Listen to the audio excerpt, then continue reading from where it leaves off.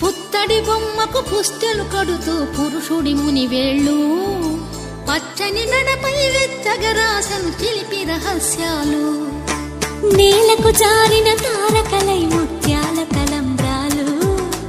ఇద్దరి తలపులు ముద్దగా తడిపిన తుంటరి జలకాలు అందాల జంట అందరి కంటికి విందులు చేసి